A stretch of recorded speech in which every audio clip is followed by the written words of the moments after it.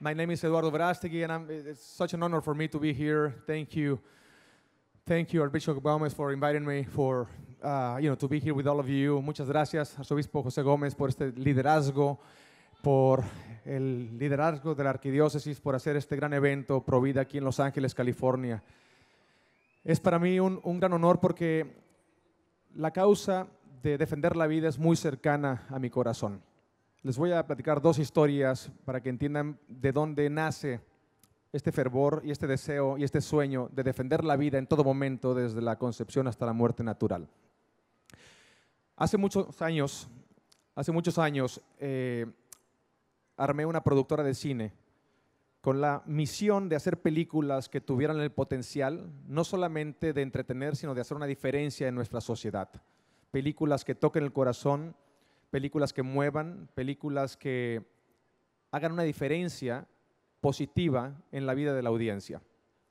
Y el primer fruto de esta misión es una película que ha cambiado la vida de muchas personas, incluyendo la mía, Bella.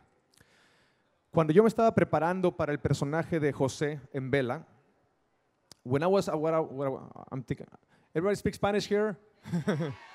Okay, I'm going to do a little English, so just in case, okay? So what I was saying that a few years ago, my two business partners and myself, we decided to open a production company called Metanoia Films with the mission of making films that will have the potential not only to entertain, but to make a difference in people's lives. And the first fruit of this vision, of this mission, is a little movie that has changed the lives of so many people, including my own life, called Bella. So a few weeks before I moved to New York City to start shooting that movie, my business partner, the director of the movie, calls me and he tells me, "Are you rehearsing?" And I said, "Yes, but I need to rehearse with the actress. We haven't found the actress yet." And I was very nervous because I wanted to rehearse with the actress so we can, be prepared the day of, when we start shooting the film in New York. So a friend of mine tells me, "Why don't you go to this medical center, this place, where young girls, Latina young girls that are pregnant, they go there to terminate their pregnancy. And because your movie is about this young girl who is pregnant and she sees her only exit, she thinks, is to terminate their pregnancy. And your character is going to convince her not to do that, but offer her to adopt her baby. And my character in that movie saves her baby, right? So my friend tells me, "Why don't you go to this place to meet a young girl who is going through the same struggles that the character in your movie is going to?" And I thought, this is going to be something very simple. I'm going to go there, stop the first lady, and say, "Hi, my name is Eduardo. I'm a filmmaker. I'm doing this movie. How you feel? Hold on a second. Let me write it down. Okay. I wanted to do my research. I wanted to do my homework as an actor.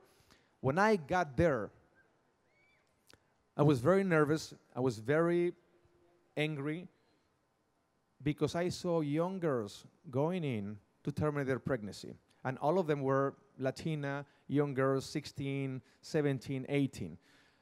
And I forgot about my movie for a second. And I saw that, and I wanted to stop the whole thing, but I couldn't.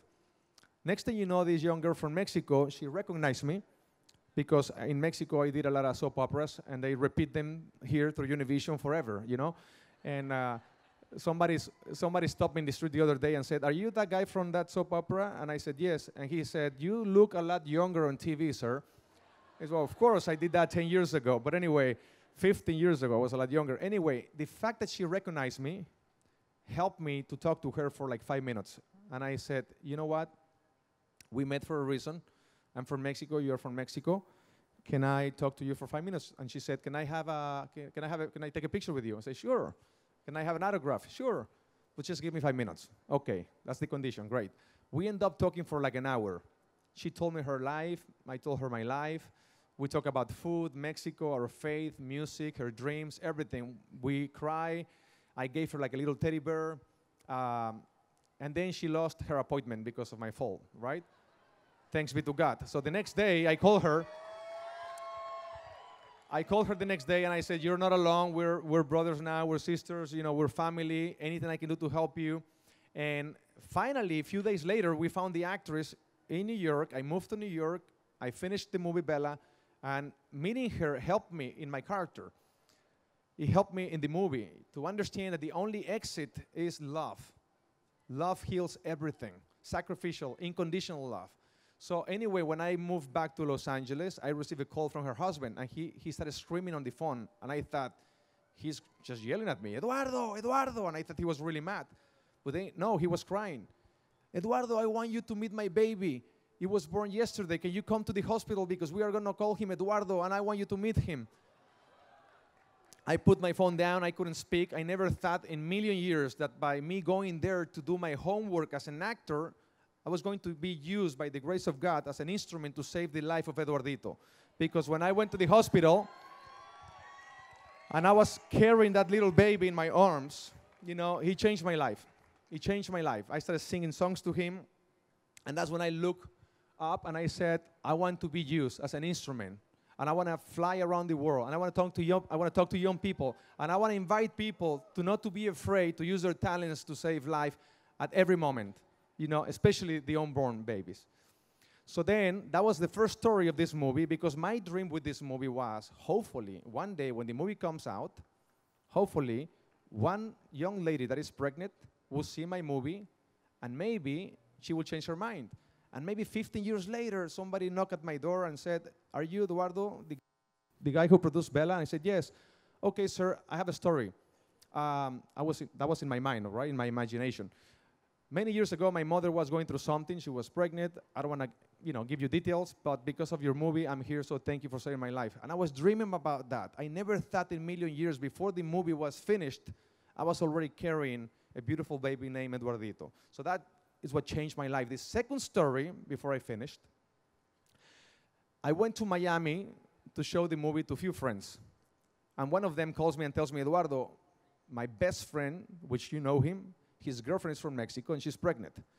And he already told her that I'm not ready to be a father. You need to terminate her pregnancy, otherwise you have to leave. And she's crying, and that's not fair because she wants to have her baby, but her boyfriend told her, if you love me, you need to get rid of that baby. And I don't know what to do to stop that. And I said, and when is the appointment? And he said, tomorrow, 8 o'clock in the morning. Nobody can stop this guy. Can you please call him? Because after seeing your movie, Bella, Jose, the character that you play, inspired me to call you. Call him. So I haven't seen this guy for 5, 6 years. So I called the guy and say, hey, my friend, how are you? How is the weather in Miami? How is everything? Great. It was 1 o'clock in the morning, a few hours before the appointment, and he's thinking like, Eduardo is calling me 6 years later to ask me the weather in Miami at 1 o'clock, but I was nervous. I don't know what to say. Then I said, okay, to the point. This guy called me and he told me about your situation. And you know what? I know that you are going through very hard times. And I'm not here to judge you. At the end of the day, you can do whatever you want, but listen to me for 1 second. If you don't want your baby, give it to me. I'm willing to adopt it. And he is silent. He is not saying anything for like seconds, for like a minute. And I'm thinking in silence, inside of me, I'm thinking, oh my gosh, I'm a father now. And, I said to him, he said, what are you saying that? He said, brother, life is not an accident. Life is sacred. It's a gift from God. Man, you're a father. Now, I'm going to send you a video, and please watch the video and call me back. So I sent him this video. He calls me back. He canceled the appointment. I go to Miami, show him and his girlfriend the movie Bella. A few months later, the baby's born, and they call her Bella, little beautiful girl. And I'm not the father because they changed their mind, but I am the godfather of little Bella, which is like 7 years old now, beautiful little angel. And those two stories are the two pillars that inspire me to open a medical center called Guadalupe a few blocks away from here. And Guadalupe Medical Center offers free medical assistance with the best technology, ultrasounds, doctors, nurses, everything, to young women that they don't have the means to carry their pregnancy. And Manto de Guadalupe not only is there to save their lives of their babies, but even their mothers, to help them with whatever their needs are. For more information, you can go to mantodeguadalupe.com, mantodeguadalupe.com, and hopefully one day you can come and visit us and help us as a volunteer to keep saving more babies.